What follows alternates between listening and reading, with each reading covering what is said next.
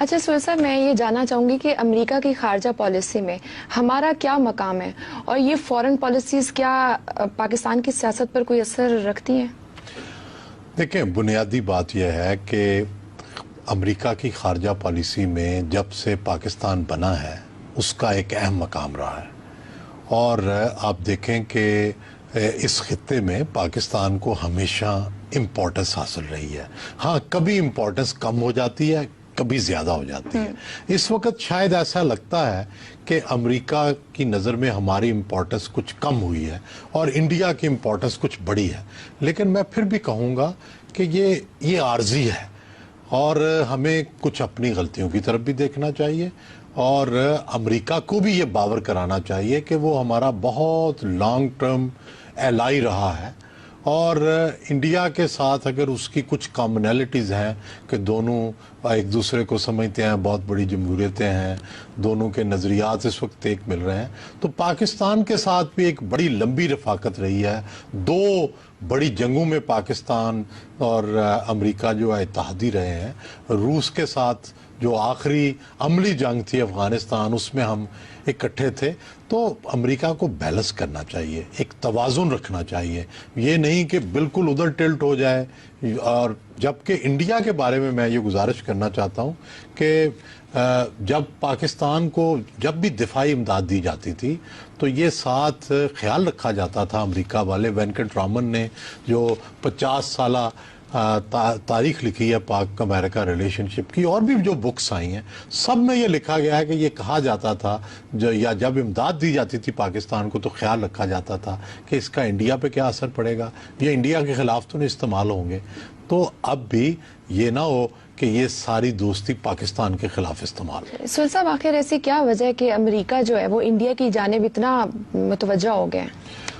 دیکھیں، گزارش یہ ہے کہ ایک تو ڈیموکریٹس کا عام طور پر جو جھکاؤ ہے وہ انڈیا کی طرف ہوتا ہے، اور ریپبلکنز جو ہیں ان کا جھکاؤ پاکستان کی طرف ہوتا ہے۔ اگر سرسری جائزہ لیا جائے تو یہ سامنے آتا ہے، کیونکہ ڈیموکریٹک پارٹی کے ساتھ انڈیا کے بڑے روابط ہیں۔ ایک تو یہ بنیادی وجہ ہے۔ دوسرا یہ لگتا ہے کہ جو پاکستان کی جو پالیسیاں ہیں شاید امریکہ ان کو کافی عرصے سے پسند نہیں کر رہا، اگرچہ ہم نے ڈو مور کی بہت ساری باتیں، ان کی یہ دہشت گردوں کے خلاف آپریشن ہمارے اپنے مفاد میں تھا اور ہم نے کیا، لیکن پھر بھی شاید ان کے کچھ تحفظات ہیں جس کی وجہ سے ان کا جھکاؤ اگر اس تناظر میں دیکھا جائے، ایک تو ان کی اپنی وجوہات ہیں، ایک اس تناظر سے بھی ہے کہ وہ اس خطے میں شاید اب سمجھتے ہیں کہ انڈیا ان کے زیادہ قریب ہے بنسبت پاکستان کے۔ تو کیا یہ امریکی صدر کے دورے کے حوالے سے کافی منفی باتیں ہم سن رہے ہیں، تو کیا کچھ پازیٹیو ہے پاکستان کے لیے بھی اس دورے میں؟ دیکھیں، 2-3 چیزیں بڑی پازیٹیو ہیں۔ نمبر 1 تو یہ ہے کہ اگر امریکہ کا انڈیا پر انفلوئنس پڑتا ہے تو ہمیں یہ سوچنا چاہیے کہ کیا اس سے مسئلہ کشمیر کے حل کرنے میں یا انڈیا کی جو